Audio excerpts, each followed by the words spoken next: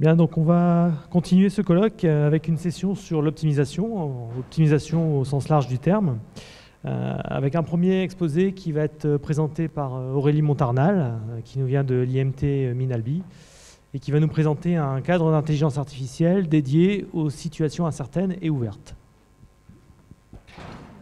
Bonjour à tous. Comme on le disait, je suis enseignant-chercheur à l'école des Minalbi au Centre de génie industriel. Je vais vous présenter en particulier les travaux qui sont réalisés depuis une quinzaine d'années au Centre génie industriel, en particulier dans l'équipe de Frédéric Benaben, l'interopérabilité des organisations, où en fait, depuis une quinzaine d'années, on développe un prototype qui inclut l'intelligence artificielle, qui inclut aussi tous les outils du génie industriel pour aider les décisionnaires, que ce soit en milieu industriel ou en milieu de gestion de crise, pour prendre les décisions le plus rapidement possible et des décisions optimisées par rapport au contexte de la situation. Alors, donc très rapidement, je vais vous faire une big picture à peu près des choses qu'on développe au labo. Ensuite, je vous montrerai l'application qu'on en fait à la gestion de crise. Et finalement, je vous présenterai les perspectives. En termes de perspectives, je vais vous présenter les recherches qu'on fait actuellement et les recherches que l'on souhaite lancer à court terme.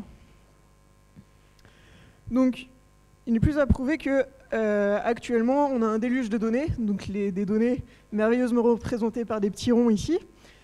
Nous, ce qu'on cherche à faire, c'est, à partir de ces données, de venir les agréger, les regrouper pour finalement prendre des décisions, prendre les bonnes décisions, les meilleures décisions possibles, dans le bon contexte. Le truc, c'est que l'intelligence artificielle et le génie industriel s'intéressent tous deux à comment choisir, comment prendre la meilleure décision. Donc, nous, fort de notre cœur de métier qui est le génie industriel, fort de nos connaissances en intelligence artificielle, on fait, depuis une quinzaine d'années, on essaye d'allier les deux pour avoir le meilleur. Donc je vais vous présenter comment. Donc tout d'abord, l'intelligence artificielle, comment nous, généralement, on pense qu'elle est perçue dans la littérature ou dans le monde industriel actuellement. C'est, globalement, on a des données, on va utiliser des outils de data mining, on a des outils de collecte, etc. On va arriver dans ce qu'on appelle le big data. Donc le big data, un énorme paquet de données qu'il va falloir gérer et analyser pour prendre les meilleures décisions.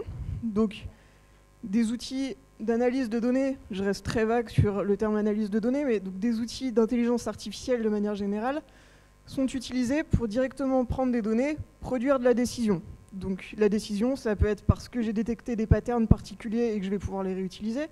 Ça peut être parce que j'ai pu classifier différentes données et donc en ressortir une information par rapport à ces données qui ont été agrégées.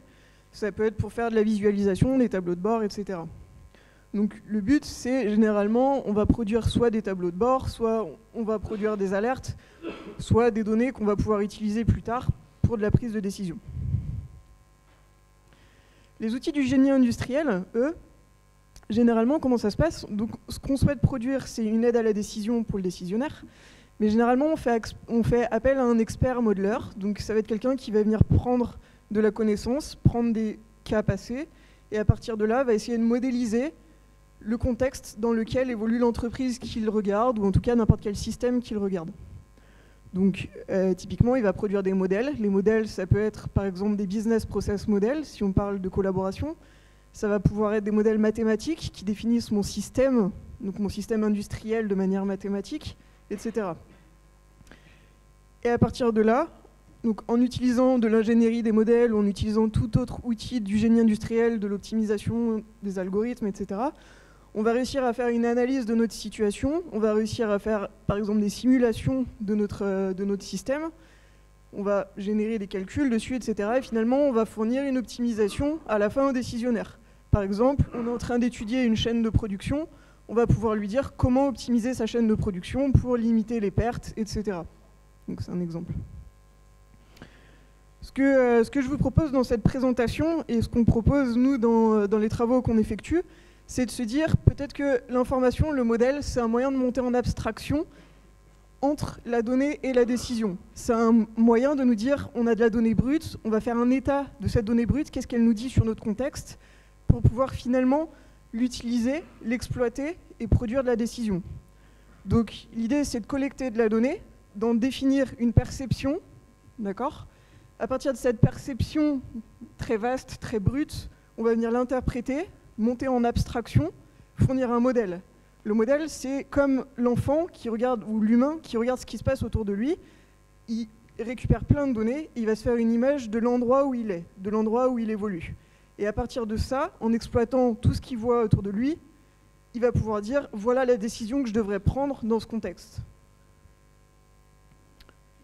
Donc, ce qu'on propose au niveau de l'intelligence artificielle, c'est de venir la placer. Donc, l'intelligence artificielle qui est généralement placée de la donnée directement jusqu'à la décision, ou le génie industriel directement de l'information à la décision.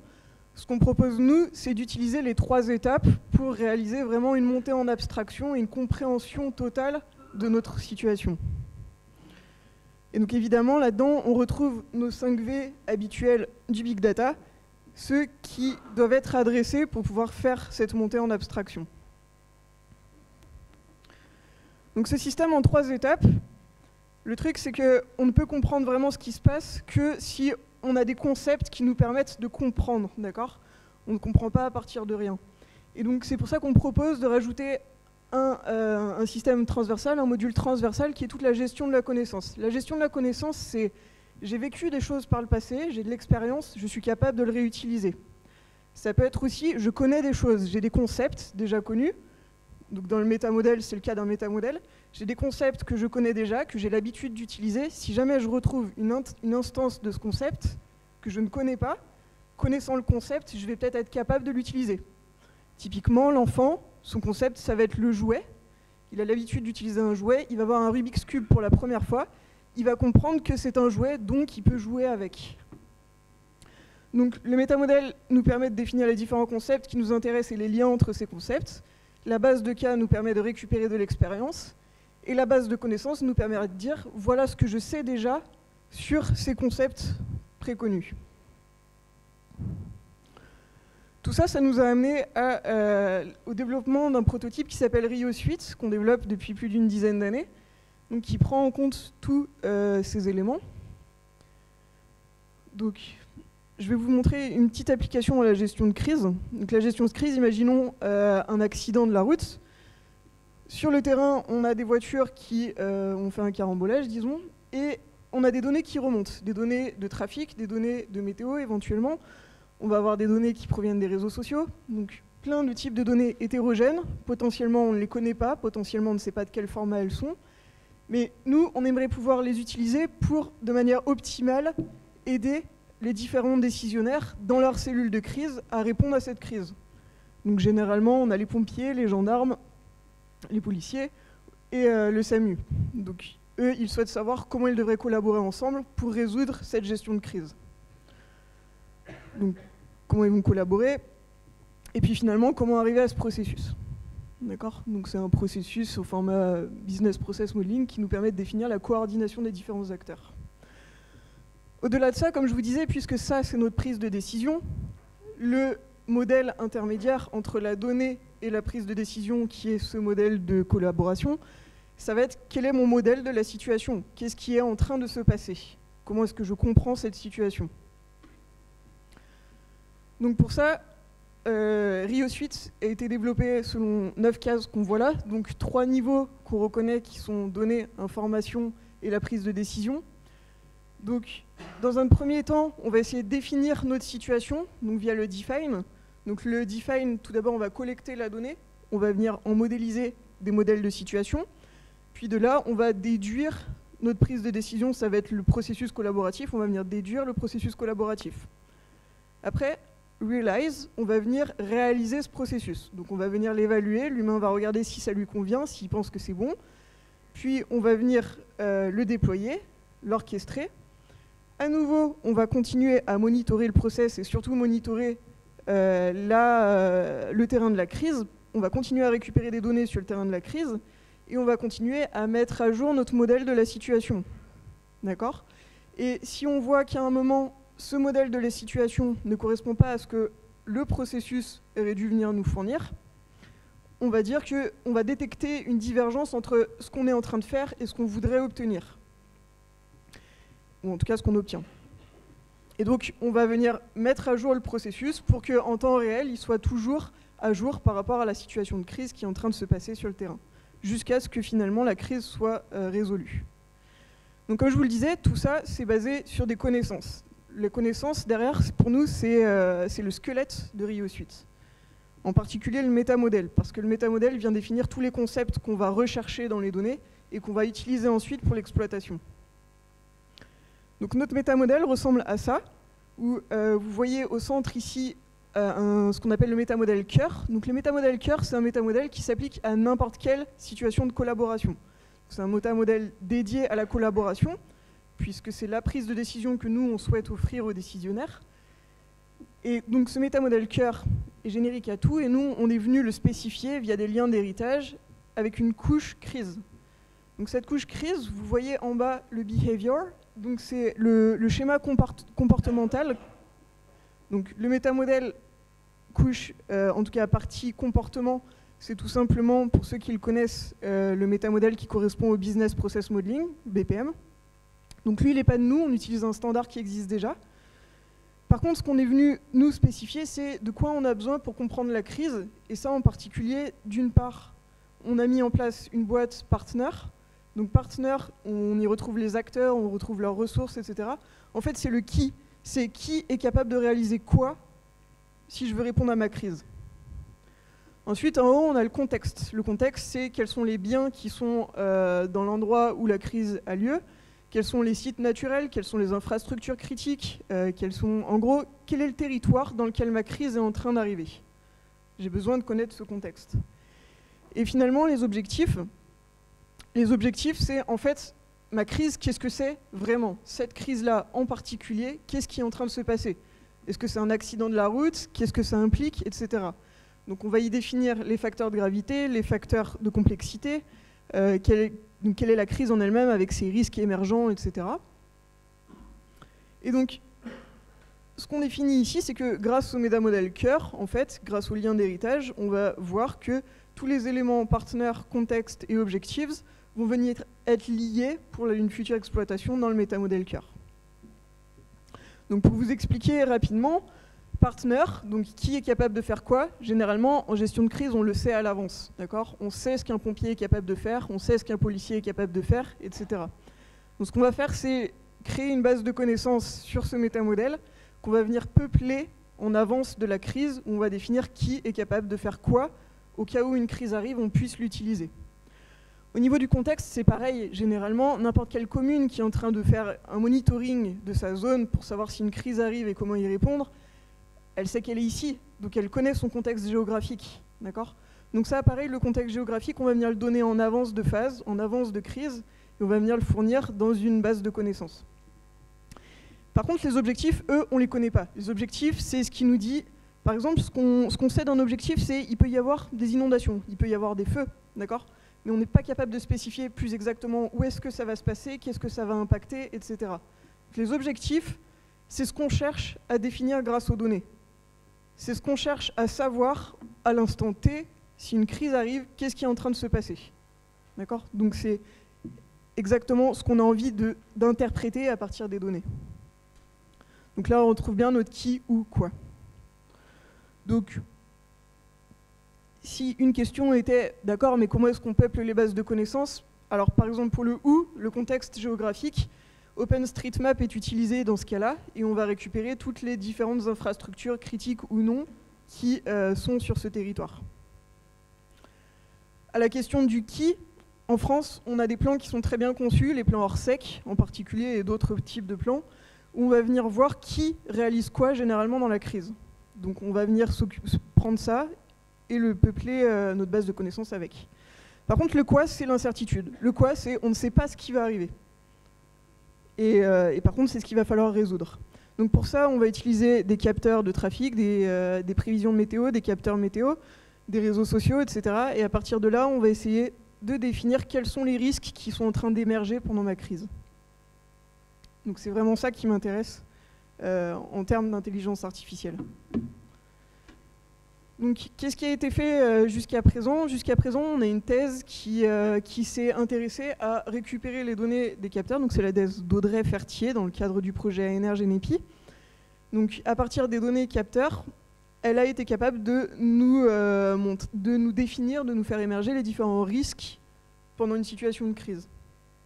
grâce à des règles d'interprétation qui ont été générées, donc une trentaine de règles d'interprétation qui travaillent ensemble dans un système expert pour venir inférer les différents risques.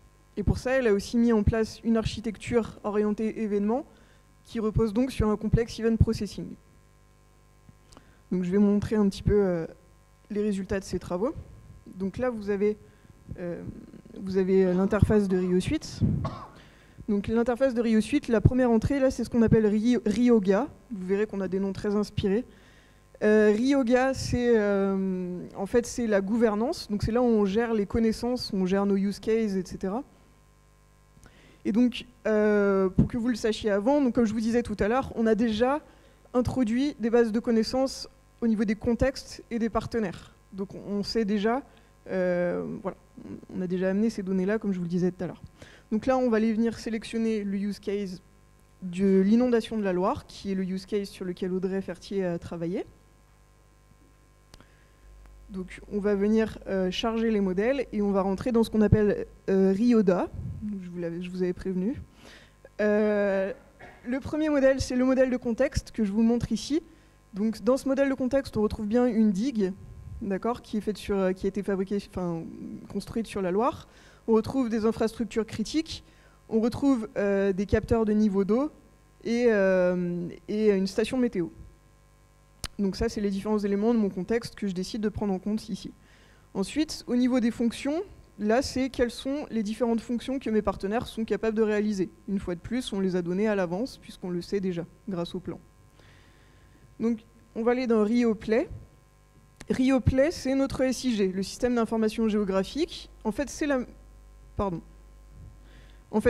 même chose que les différents modèles que je vous ai montrés avant, mais qui vont être reproduits sur un système géographique. Donc on retrouve nos stations météo, nos stations de niveau d'eau.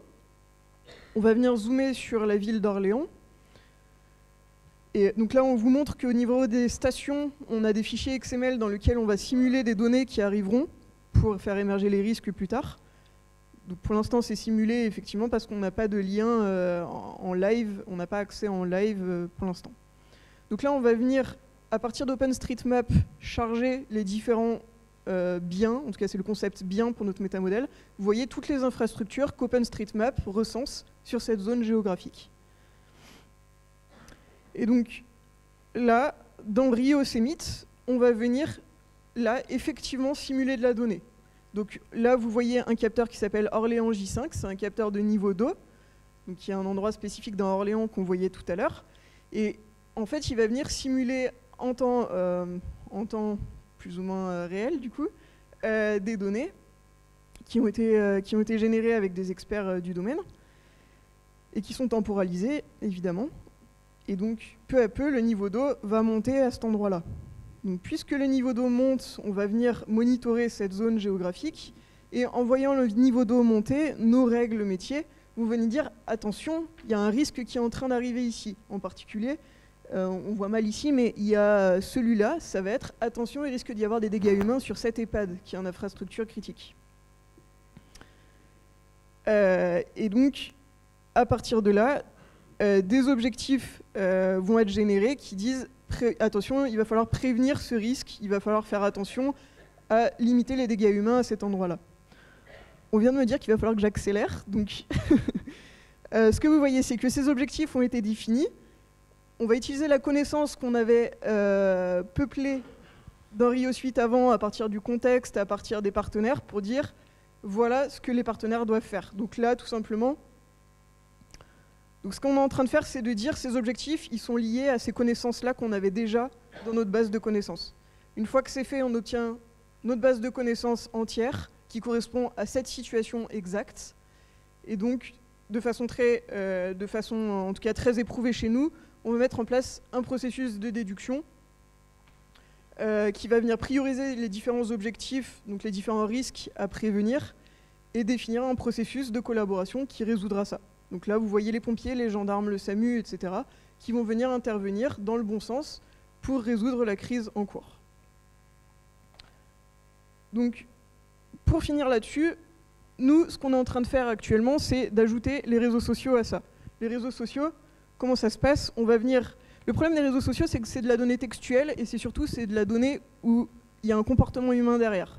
Comportement humain derrière veut dire une totale ignorance de ce qui risque de se passer. On est incapable de prédire le comportement humain en gestion de crise.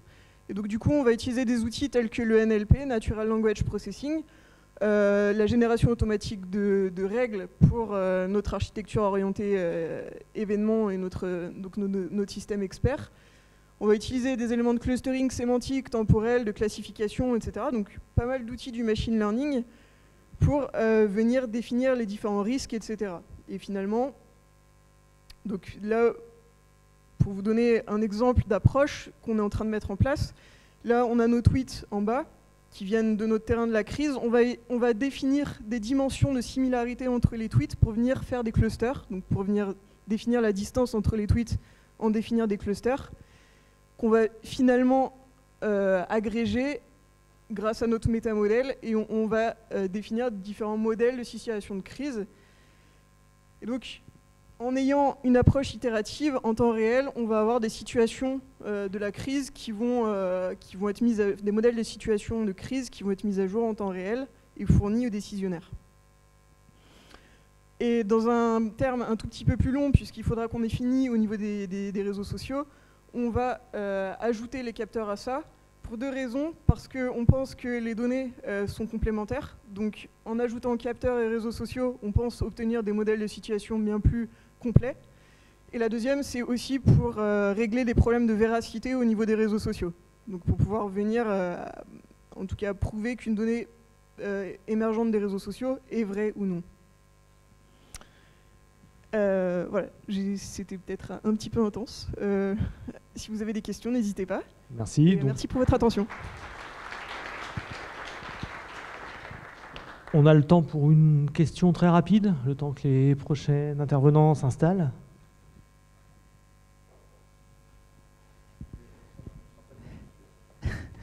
Oussam Afifi de Télécom Sud Paris. Merci pour votre présentation. Là, en fait, c'est comme si le mot crise, c'est devenu un cas normal qu'on va traiter. Mais s'il y a une vraie crise auquel les gens ne sont pas... c'est-à-dire votre modèle n'est pas déjà tout...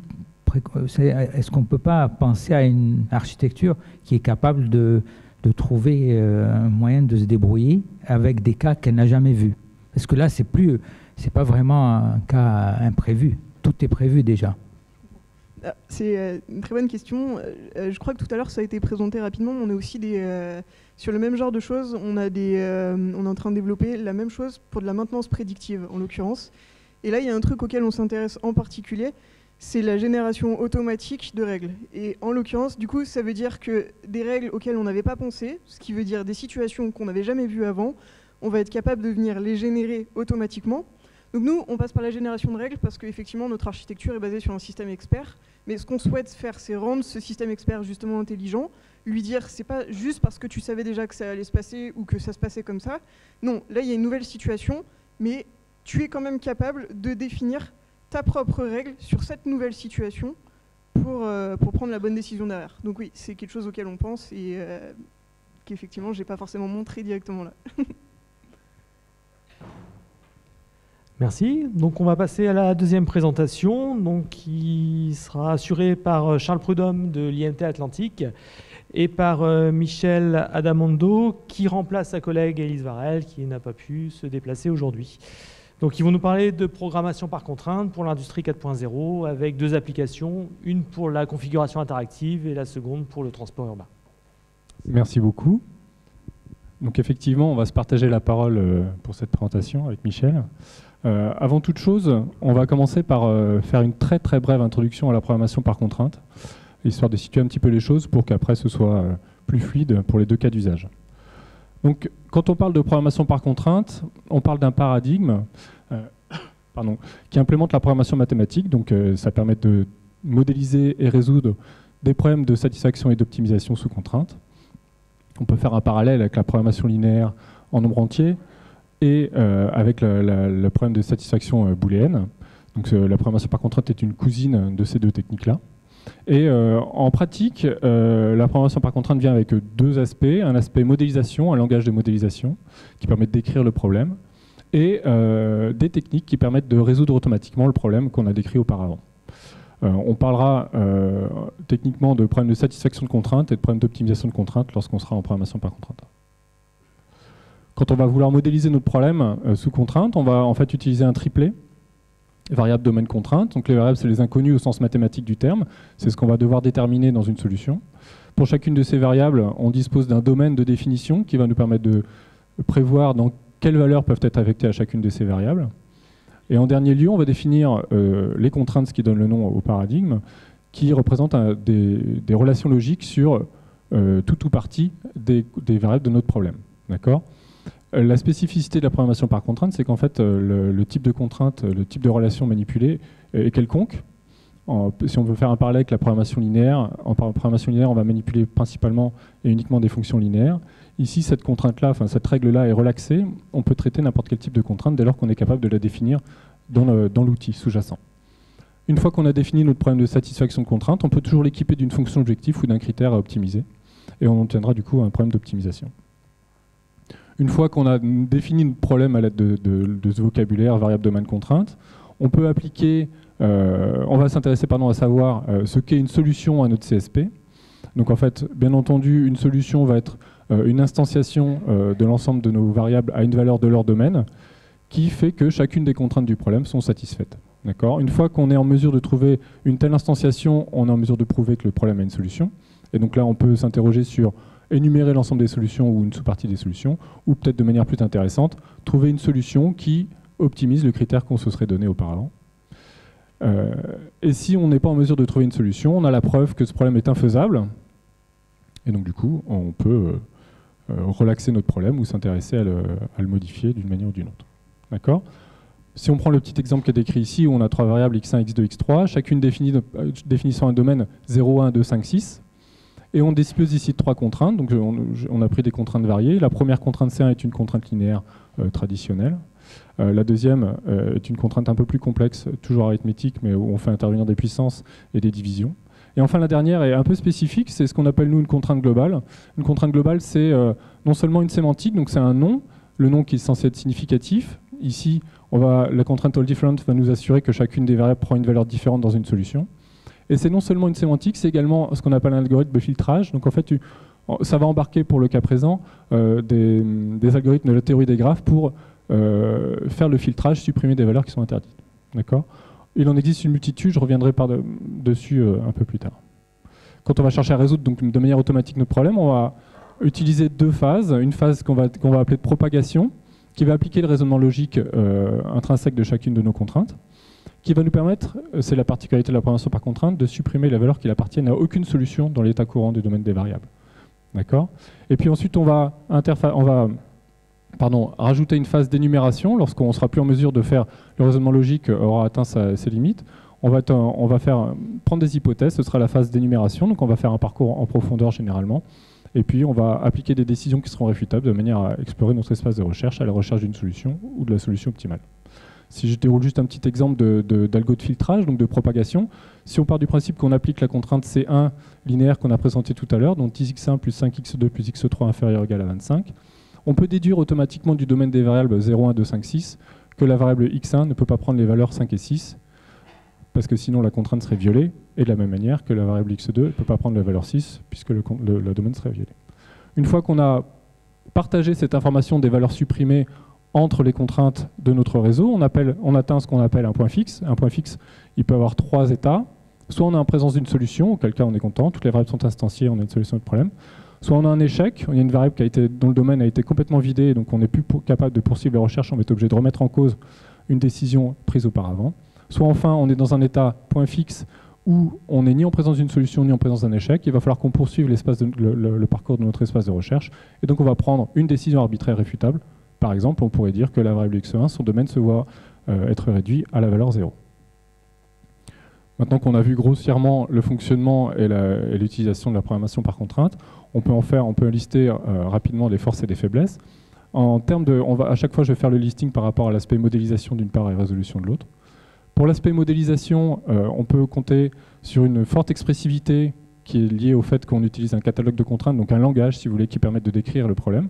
Donc c'est très expressif, c'est facilement lisible par un humain.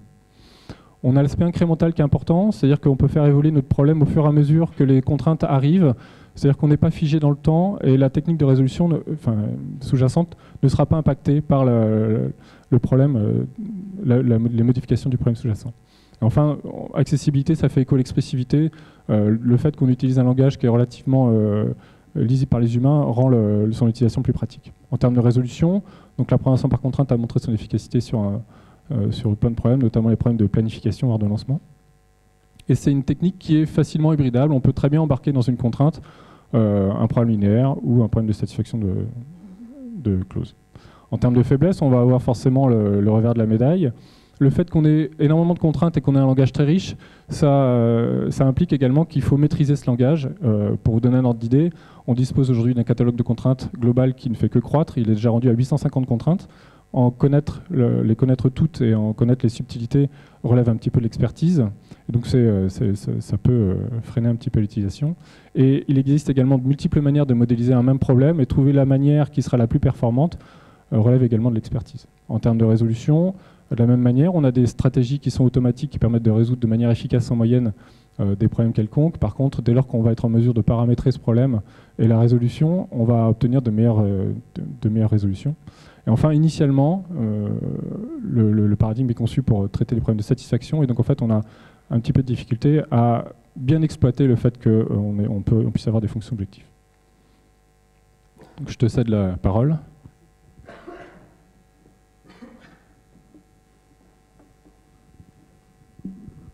Merci. Donc, c'est très bien, cette introduction-là présente parfaitement l'intérêt des approches par contrainte. Donc, on a bien insisté sur le côté modélisation. Donc, on modélise ce que l'on veut étudier sous forme d'un problème de contrainte. Et après, on va raisonner dessus, donc soit pour filtrer, soit pour résoudre, trouver des solutions. Donc, on va vous parler ici de configuration interactique et du projet Opéra. Donc, je remplace Lise Varel qui n'a pas pu être là suite à un problème d'avion. Bien. Donc, le projet Opéra, c'est application à la réponse à appel d'offres. Ça veut dire qu'en relation client-fournisseur, vous avez des clients qui ont des besoins, et puis vous devez répondre, faire une offre. Et très souvent, cette offre est faite à partir d'éléments plus ou moins préconçus ou prédéfinis à l'avance. D'accord ? C'est ce qu'on appelle une conception très routinière et qu'on appelle entre autres la configuration. Donc, on considère qu'en relation client-fournisseur, vous avez tout un ensemble d'items que vous allez composer, pour répondre à un besoin client, ce qu'on va appeler une offre. Bien sûr, tous ces items, ils sont contraints entre eux. D'où l'intérêt énorme des approches par contrainte. Et ça fait à peu près maintenant pratiquement 25 ans, même 30 ans, que les gens travaillent sur ces problèmes de configuration en exploitant complètement les approches par contrainte. Donc sur le slide qu'on voit là, c'est application à la réponse à appel d'offres. C'est un jeu de Lego, parce qu'un Lego c'est quoi? C'est des petits blocs. Puis les blocs ils peuvent s'assembler suivant des contraintes. Donc c'est un exemple tout à fait parlant. Avec une boîte de Lego, on peut faire plein de choses. Bon, je ne sais pas ce qu'il y a. Il y a une petite grue, il y a un tourne-disque, il y a un petit robot, il y a quelque chose qui vole. Donc, dans ce projet-là, on va configurer des produits. Alors ça fait 25 ans que les gens configurent des produits. Sur tous les sites web des constructeurs automobiles, vous avez ce qu'on appelle un configurateur. Et derrière ce configurateur, il y a un modèle de contrainte qui fait que quand vous choisissez tel modèle, telle puissance, telle couleur, le nombre de sièges, hop, vous avez un prix, vous avez des choses qui propagent. Le mot propagation a été dit tout à l'heure. Donc ça, c'est relativement conventionnel. Ce qu'on appelle la solution technique, c'est une nomenclature. Donc le produit est vu comme une décomposition physique. Donc ça, c'est le premier élément de l'offre. Deuxième chose qu'on associe, c'est le processus qui va servir à réaliser cette offre. Là, il y a moins de gens qui travaillent là-dessus. Donc le produit, le système, même le service aussi, il y a des services là-dedans, et un projet de réalisation. Et bien sûr, ces deux éléments, qu'est-ce qu'on va additionner ou qu'est-ce qu'on va ajouter? Et bien, ce qu'on appelle des indicateurs de performance. Donc principalement, des notions de coût, de délai, ça fait des années. Il y a un beau poster là-dessus sur l'optimisation en bas. Et maintenant, on parle de plus en plus d'empreinte carbone. Il faut qu'on arrive à faire des choses qui soient à peu près, viables. Et donc, on arrive à 1, 2, 3, voire 4 objectifs. Donc des problèmes d'optimisation relativement conséquents. Donc tout ça, c'est basé sur des... Je vais y arriver? Non, ça va pas. Donc c'est basé sur des connaissances. Donc on a parlé on modélise, puis après on va raisonner. Donc il y a deux types de connaissances ou deux types d'approches que l'on voit dans ces problèmes de configuration ou d'aide à l'élaboration d'appels d'offres. Donc ce qu'on appelle des connaissances explicites, donc c'est-à-dire qu'on a réussi, Aurélie Montarnal juste avant parlait de cette notion de connaissance, données, information, connaissance, à extraire des règles qui sont toujours valables. Donc c'est ça qu'on peut modéliser à l'aide de règles. On a fait beaucoup de configurations avec le système expert ou avec de contraintes, et on a des approches à base de CSP. Ou alors il y a aussi des gens qui font la configuration avec des approches par analogie. C'est principalement, l'humain fait ça. Est-ce que j'ai déjà pas vu ça par le passé? Je prends un cas pas trop éloigné et puis je l'adapte. Donc là, il y a sur la gauche les connaissances explicites, contraintes, règles, et sur la droite, les connaissances explicites, CBR. Et maintenant aussi tout ce qui est analyse de données. Tout ça, ça a fait l'objet de plusieurs projets, des projets FUI, des projets ANR. Il y a un poster d'ailleurs en bas là-dessus. Et donc là, simplement l'exemple, c'était sur le projet de réponse à appel d'offres. C'est un projet en cours de 42 mois. Et on voit qu'il y a des entreprises comme Altran. On configure des services maintenant. On a fait produits, processus et services. Des gens du domaine du système et du robot. Rien de plus pour moi. Je te rends la parole. Merci. Donc je vais poursuivre sur un deuxième cas d'application au transport urbain. Lorsqu'on conçoit une offre de transport urbain, on procède par étapes successives. La première, c'est une étape de topologie. On va prendre la région qu'on cherche sur laquelle on cherche à offrir des transports urbains, par exemple une ville, et puis on va déterminer en premier lieu le tracé de chacun des axes, en mettant en place les hubs, les différentes fréquences à laquelle on va vouloir que les bus arrivent ou les métros arrivent.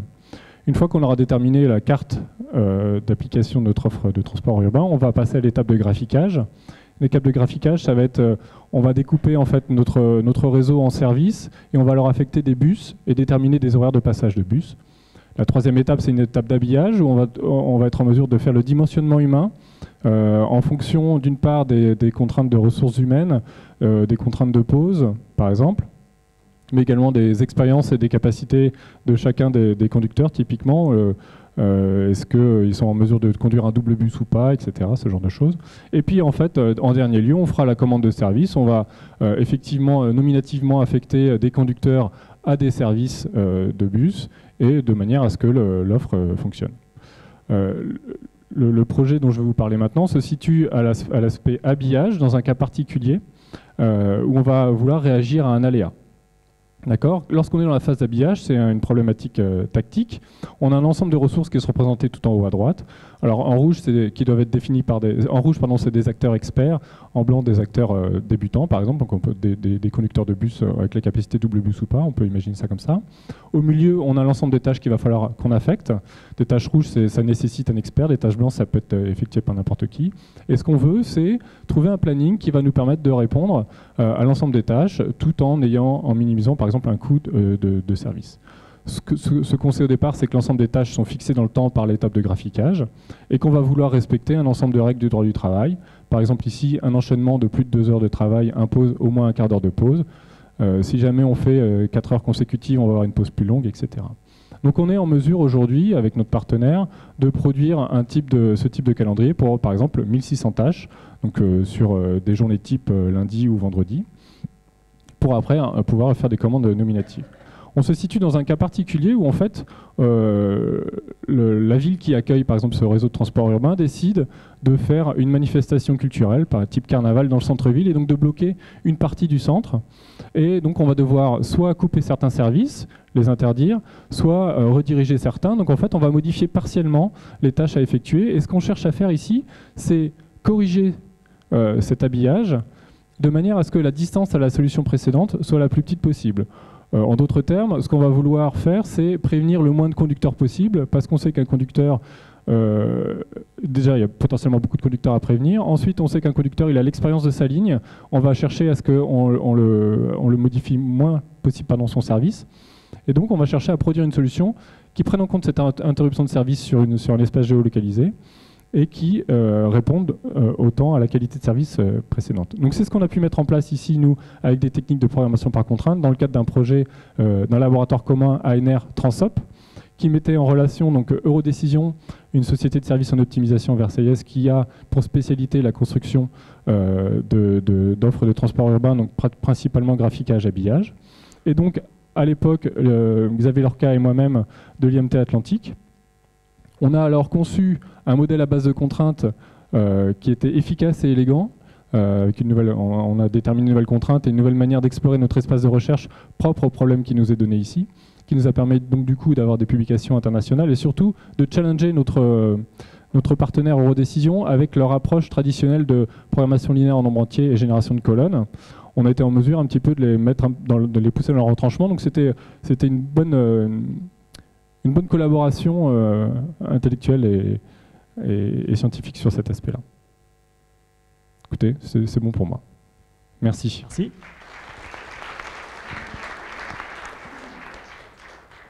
Alors, est-ce qu'il y aurait des questions rapides ?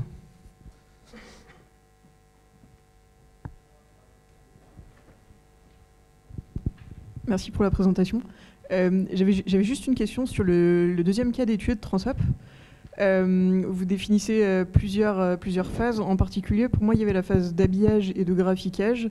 Et je me demandais, le scindage des deux est-il dû à une simplification du modèle mathématique ou à la façon dont c'est fait au niveau métier? Parce que je les voyais bien ensemble pour justement optimiser le nombre d'employés, en même temps optimiser les horaires et en même temps optimiser les véhicules.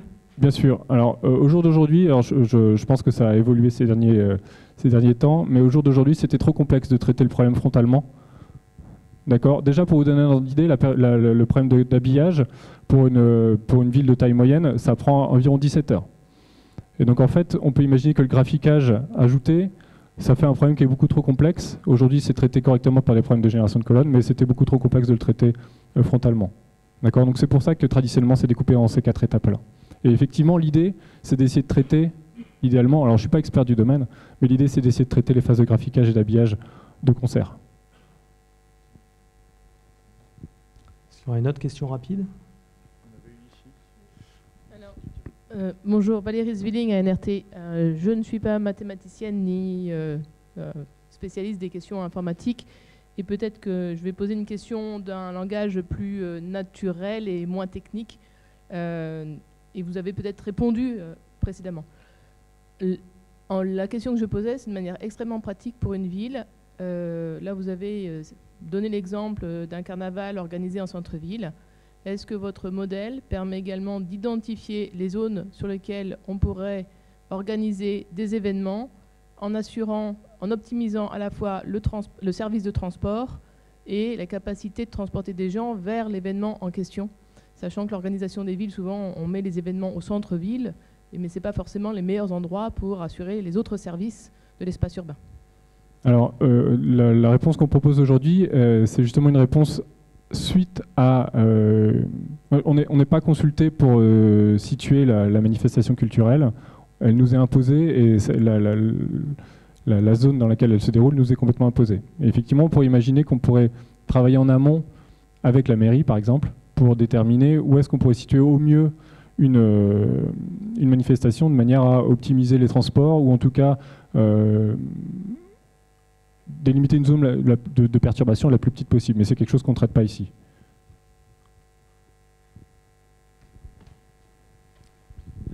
Vous avez mentionné rapidement l'aspect multicritère qu'il peut y avoir parfois. Est-ce que vous avez des travaux particuliers sur ces aspects multicritères ou en général?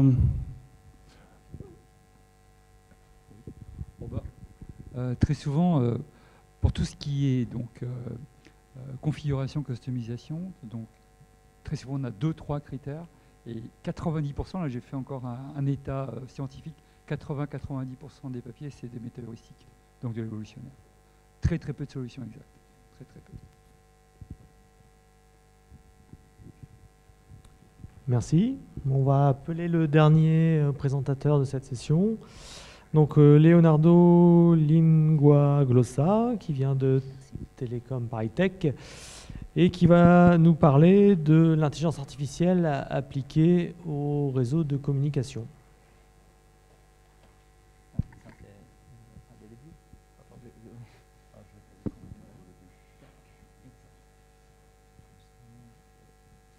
Alors, merci beaucoup pour la présentation.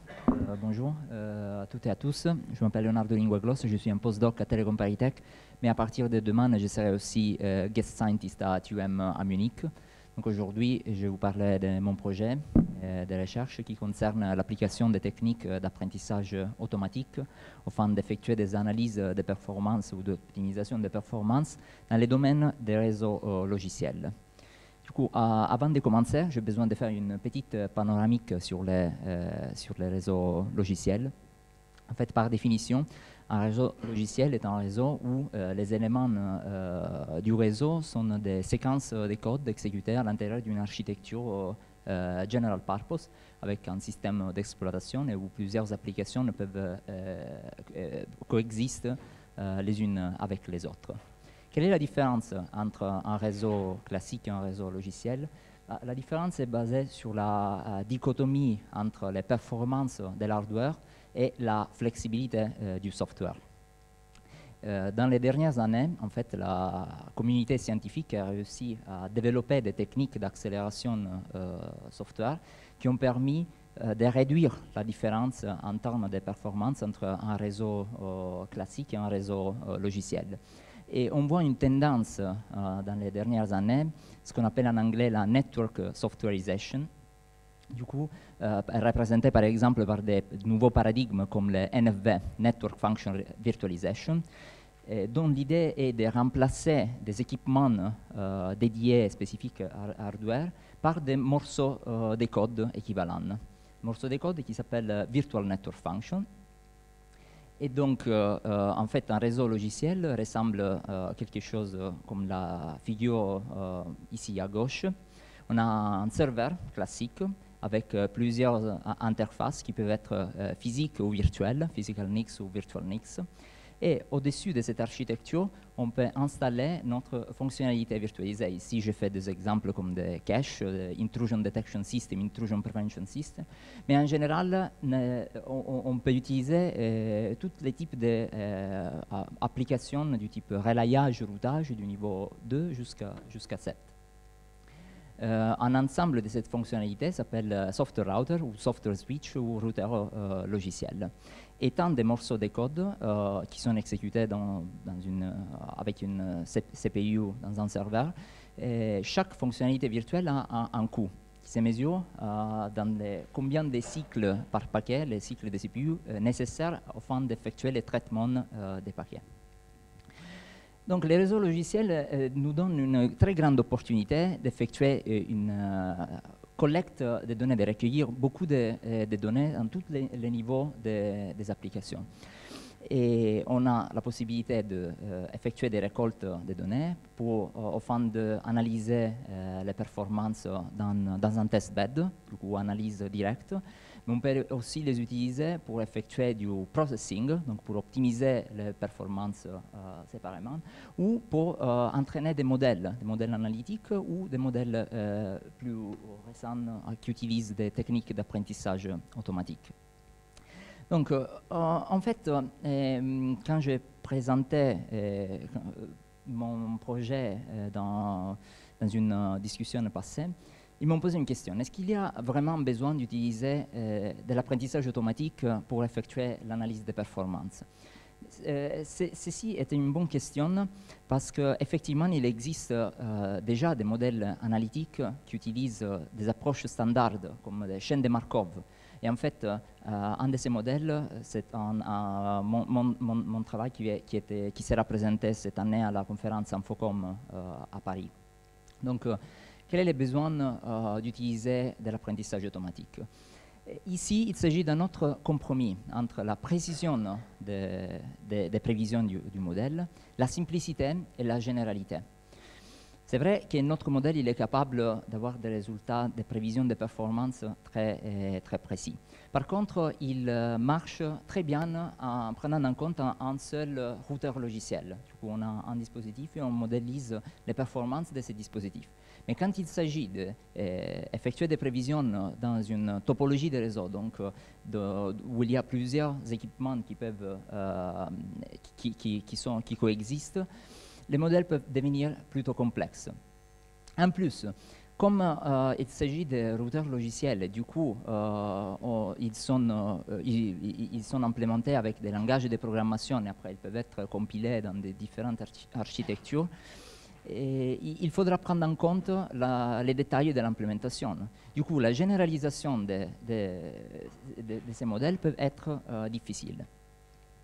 Et donc, c'est ça notre approche. L'idée, c'est d'utiliser comme aide l'intelligence artificielle, du coup, les techniques d'apprentissage automatique, afin d'améliorer la généralisation des techniques de modélisation pour pouvoir effectuer des évaluations à haut niveau sans prendre en compte les détails de l'implémentation et en évitant la nécessité d'effectuer du fine-tuning de chaque modèle. Ceci est en fait le but de mon projet qui s'appelle AI4P, Artificial Intelligence for Performance, qui était financé cette année dans le cadre de l'Académie franco-allemande, la collaboration entre Telecom Paritech et TUM, et dont je travaillerai dans les prochains mois. Donc ici, aujourd'hui, je me focaliserai surtout sur deux aspects de ce projet. Donc l'aspect de l'acquisition des données, et sur les coûts de l'acquisition des données dans un réseau logiciel, et sur la possibilité d'appliquer des techniques en réseau de neurones en particulier pour effectuer des prévisions des bandes passantes utilisées par des flux TCP ou UDP. Donc la première partie, c'était la partie qu'on a fait ici à Telecom Paritech. La deuxième partie a été faite par mon collaborateur Fabien Guéhier à TUM Munich. Du coup, le scénario qu'on considère, c'est un réseau logiciel où il y a plusieurs switches logiciels qu'on appelle S1, S2, etc. Dans ce réseau, il y a plusieurs flux. Peu importe les protocoles utilisés par les flux, ceci est très important parce que l'idée c'est d'être protocole agnostique et implementation agnostique. Et notre objectif est d'effectuer des prévisions en output sur les throughput, donc la bande passante utilisée par chaque flux TCP. On peut aussi effectuer des prévisions sur chaque switch pour prendre en compte combien de paquets ont été traités par chaque switch. Ici, on a plusieurs questions à répondre. Premièrement, comment on peut recueillir les données afin de minimiser l'impact sur les performances. Après, quelles sont les interactions entre les switches et les flux et comment éviter qu'on prenne en compte ou ne pas prendre en compte les détails des implémentations de chaque dispositif, de chaque routeur logiciel. Donc, l'impact de la collecte de données est très important et démontré dans cette figure, où je montre les throughputs d'une fonctionnalité virtuelle qui fait juste du relayage au niveau L2 et qui compte tous les paquets qui passent à travers cette fonctionnalité. On observe qu'entre 10 secondes et 15 secondes, il y a un drop dans les throughputs de 4%. Ceci n'est pas lié à la collecte des données, mais il est plutôt lié à l'export des données. Dans le sens, les données sont collectées de manière normale pendant toute la durée de l'expérience, mais quand on veut exporter les données dans un dispositif de storage à l'extérieur, les performances changent. Et du coup, les données qu'on réutiliserait après ne sont plus les données,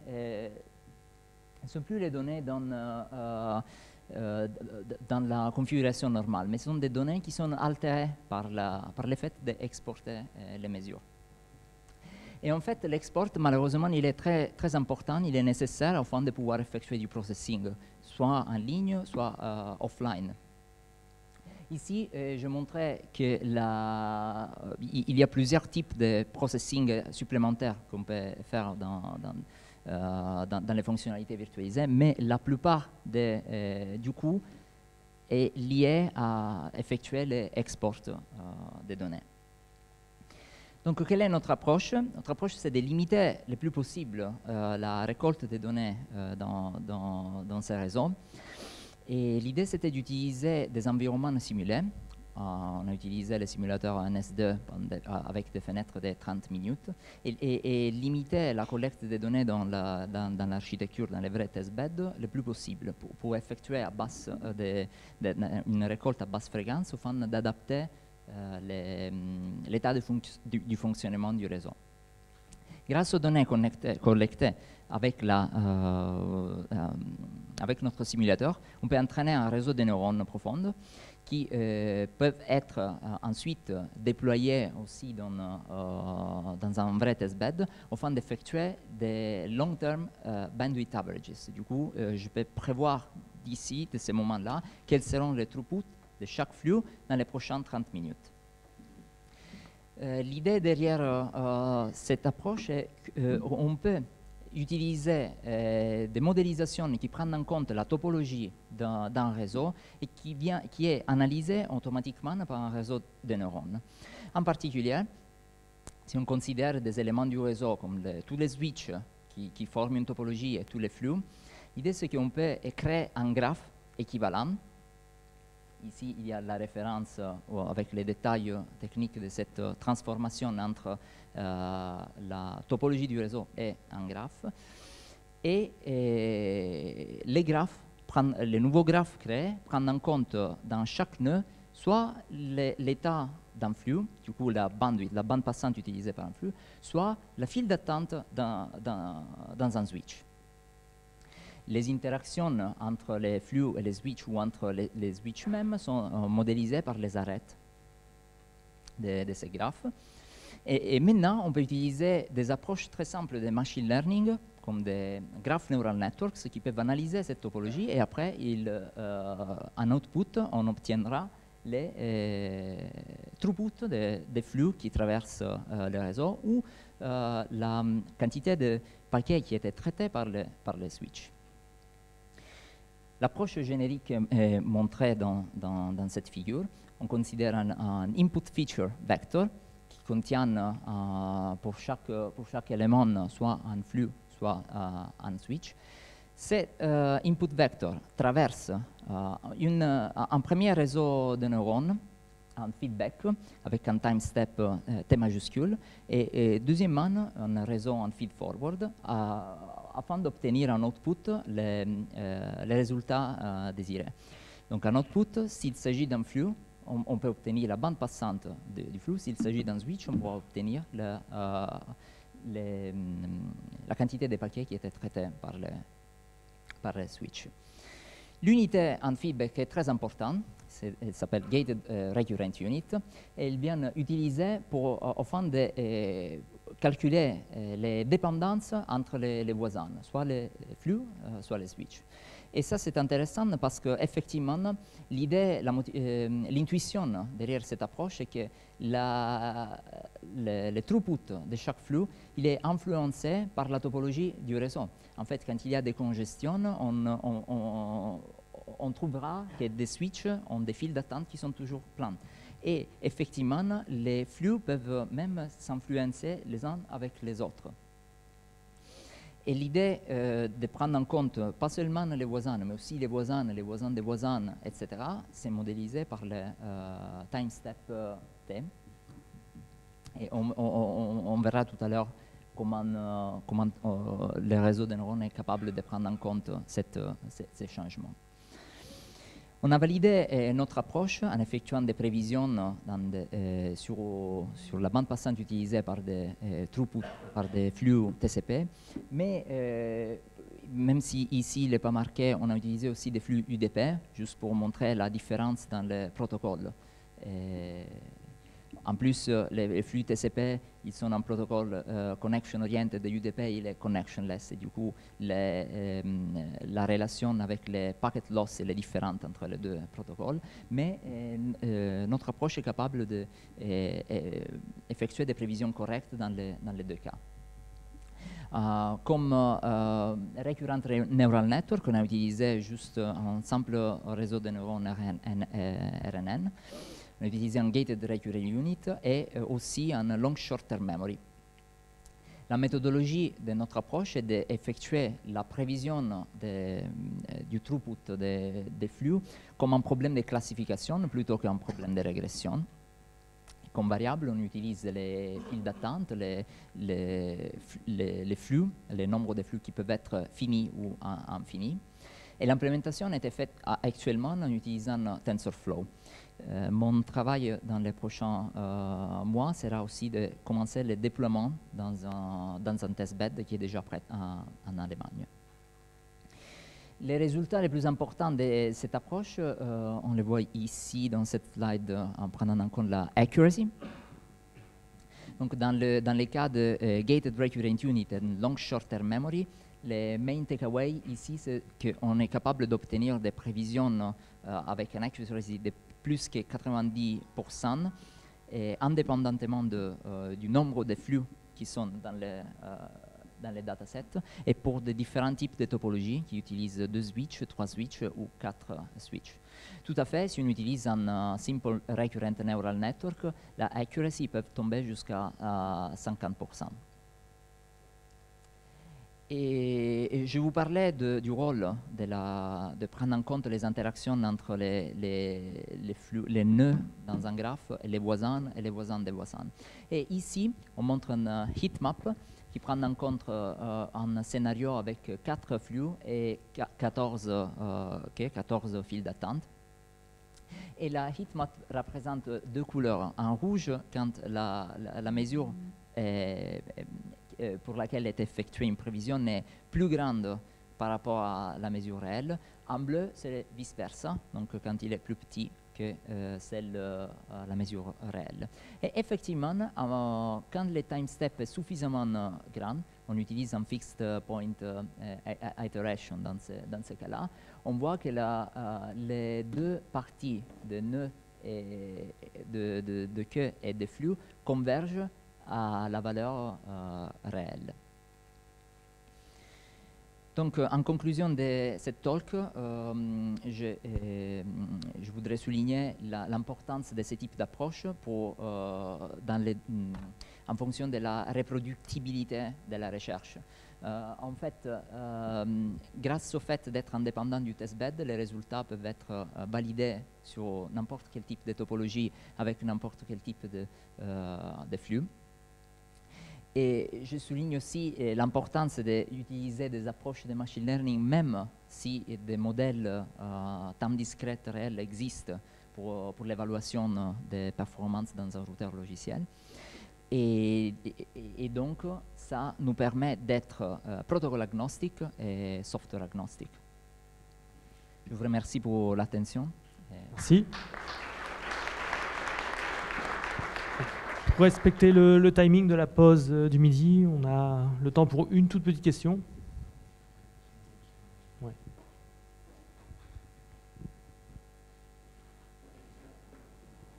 Non? Ils ont tous trop faim. Donc, moins qu'on en pose une nous-mêmes. Alors moi, j'en avais éventuellement une petite. Donc là, c'est présenté dans un contexte de réseau de télécommunications. Est-ce que tu penses que l'approche pourrait être appliquée à d'autres types de réseaux? Alors, je pensais éventuellement peut-être à des réseaux de transport classiques. On voudrait avoir une analyse de ces réseaux de transport. Et est-ce qu'on peut faire l'analogie avec les routeurs, etc.? En fait, oui, c'est une très bonne question, parce que l'idée, c'est que quand on considère des réseaux différents, il y a toujours cette idée de topologie. Donc, chaque fois qu'on peut utiliser des abstractions, comme l'abstraction de topologie, il sera possible d'utiliser des analyses automatiques qui prennent en compte les graphes équivalents plutôt que les réseaux originels. Et donc, il s'agit juste d'entraîner les réseaux avec les nouveaux données. Mais tout à fait, ils peuvent être appliqués dans d'autres contextes. Merci. Pas d'autres questions?